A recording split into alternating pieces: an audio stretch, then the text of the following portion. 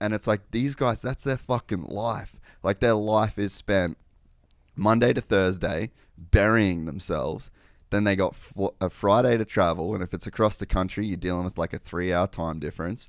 And then you've got a race. Think about like the performance anxiety, contracts. Like you said, maybe you're not making that much money. Maybe you're worried about, or like you've got a niggling injury. You know you're not going to get a top 10. You know you're going to lose your ride. It's fucking gnarly, dude. And I think that It's so gnarly, man. yeah, and I think that with the Yeah, way that this like World yeah. Supercross stuff is, that like you can't ride through the week because you've got to like travel this. You've got this international travel schedule, so it's like you get in on a Monday, Yep. then they got like press Tuesday, Wednesday, Thursday, and then you got like Friday, Saturday where you're on the bike. So it's like these guys are Yep. only going to be able to just do like these sporadic little bits of training to like keep themselves going, and I think that it puts everyone in the same boat.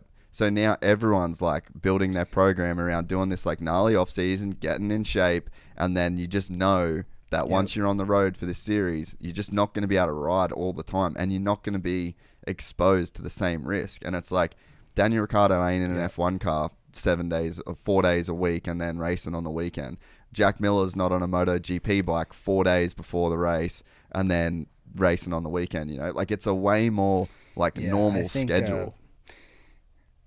Yeah, I think it's cool that they're breaking it up because like a lot of the guys are like, "Oh, I'm not going to do World Supercross, but I'll do AMA." And it's like, "Okay, well cool. You guys just weeded out some of the top guys. So now you've got privateers who are just putting in the most effort too that they can actually go out and make money." It's like MMA, you've got Bellator and then you've got UFC. So I just think it's cool you split it up because the AMA doesn't care who's putting in the most effort. There's 20 spots on the gate, the main event, and if you're not in it, we don't really care. AMA is Feld's making their money, and on to the next race. Sorry guys, try harder. That's like how it feels probably for them, for privateers, and watching how many guys, because the privateers are bad dudes too. Like I Big raced time. and rode arena cross, and I've ridden supercross tracks, dude. That stuff is so gnarly. Like you come out of a turn, it's wet, there's a lip, and then 65 feet over there, there's another like lip that's pretty sharp, and it's a landing, and then there's a berm. It's like, don't OJ it and don't case it, and it's a triple. This stuff is seriously gnarly. I can't believe that they continue building. Like, you guys can't build some stuff. It's like a little safe. You see how many injuries there is, but that's a whole nother subject. But I think it's cool to weed it out because now hopefully a lot more guys get the opportunity to make more money, and they deserve it, man. Like, they put in so much effort compared to other sports. Everyone, it's hard to be at the top of any sport, like for sure. But it just seems like moto guys are busting their asses so much harder with so much risk and injuries. And yeah, it's a lot, man. They definitely deserve to get paid a lot more. And I think if they were to get paid a lot more, people would tune in more to watch. It'd put it in a different category, Yeah, man, I completely agree. Like that's part of the appeal of like F1 and MotoGP and golf, like you said, is like the money. these dudes are playing for millions of dollars, and it's like And that's what makes it fun to watch.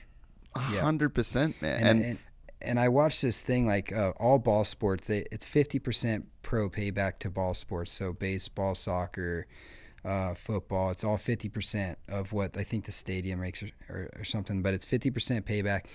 UFC, that's where I looked it up because UFC was complaining about it was like 20% was payback, and the UFC fighters are getting concussions and injuries, and it's like, okay, look how many concussions and injuries moto dudes are getting, and guess what their payback is? It's 8%.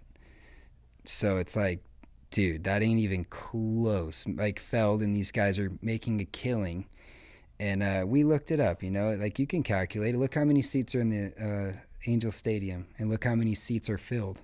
Yeah. And then calculate that by an average of the seats, the ticket sales.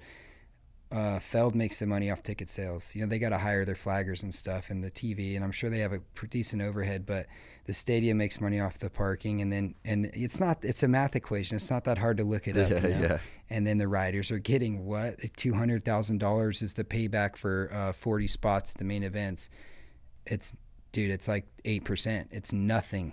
It's insane. And And there's people an watch entry it, fee. and I think that's why it's like, for the Yeah, riders. yeah, you got to pay to do it. Yeah. And hopefully you're like having a good time. And for some dudes, like they're finding chicks or whatever after, because it seems like that's the only reason why they're doing it. A lot of these guys, it's like you're going to pay money, go out there. You're not having a good time on the track, dude. You're sweating the whoops every lap. You know, if you crash, like you're getting hurt and getting landed on and cleaned out and in the first turn. And hopefully you look sweet afterwards and hopefully it's worth it. But I wouldn't personally, like, that's what's so hard. And that's why there's so much pressure on the 16-year-old kids coming up. It's like, get a factory ride because at least everything's paid for. And that's where a lot of the pressure, and that's the make or break right there. And that's what it was for me too. It's like between the parents splitting and then how much money bikes cost, 10 G's without even putting money into the bike yet for motor and suspension and bars and everything else. It's like, dude, there's a lot of pressure on a kid to get the factory ride. And I think that's why free riding is the sickest, because you don't have to have a good tire. You don't have to have race gas or a modded motor. You could bend. I rode for years with like bent bars. I bent subframe back in the day, dude. I'd show up, like my friends that worked at Sunbelt Rentals, the equipment company, TIG welded my subframe all crooked, and I rode that for forever, dude. I looked like the most roach, dude. I didn't even have a front brake, but you don't need that in free riding. You know, you could go throw a big whip, 1-footer, get a dope angle, and then you post it. You're getting more views than a guy that just blitzed his gnarliest whoops. And then you just look a lot cooler anyways, because you're just having a good time. It's fun, and you're not spending a lot. You're not making a lot in free riding unless you have a good YouTube channel or sponsors, or you're doing freestyle shows. It's like the only ways to make money without contests, but you're not spending a lot of money either. So it's like, you know, you don't have a lot of overhead. Like I'm riding the same tire. I don't even put new tires on my bikes. I like them when they're bald because they don't chew up the dirt lip. You see guys like, got a fresh Dunlop, I'm going to the hills. It's like, dude, you're going to annihilate the takeoff that we just spent like 3 days patching and shoveling. How about don't bring your brand new tires to the hills? So it's like you don't really need to do a lot of maintenance to your bike. Ride a bald tire, you know, ride an old chain. Your chain snaps, well, good thing you're hitting a big lofty step up with a grass landing. You could just bail. It's like you don't want your chain to snap, but I'm just saying it's not as crucial. Yeah, the risk. You know, pump 91 into it right out of the gas station and go have fun all day long. And that's probably the only money you spent was driving there and the gas in your bike, you know.